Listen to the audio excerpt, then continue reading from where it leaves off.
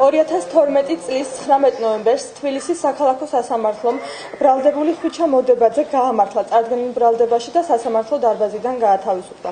ხვიჩა მოდებაძეს ბრალად ედებოდა მართლმსაჯულებისათვის შეგნებულად ხელის შეშლა, რაც გამოიხატება დაზარალებულის მიერ არსებითად ურთიერთსაწინააღმდეგო ჩვენების მიცემაში. 2009 წლის 23 თებერვალს ხვიჩა მოდებაძე ცნობილ იქნა დაზარალებულად მის მიმართ განზრახ-მკვლელობის მცდელობის სისხლის სამართლის საქმეზე. ხვიჩა მოდებაძემ განიზრახა მართლმსაჯულებისათვის შეგნებულად ხელის შეშლა და სასამართლოს არსებითად ურთიერთსაწინააღმდეგო ჩვენებები მისცა.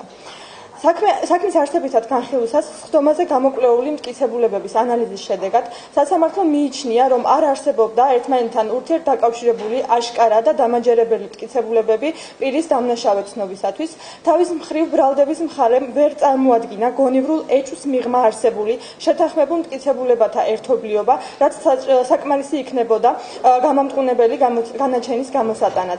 თბილისის საქალაქო სასამართლომ საქმეზე შეკრებილი მასალების განხილვის შემდეგ ბრალდებული უდანაშაულოდ მიიჩნია და სხდომის განხილვის დარბაზიდან გაათავისუფლა.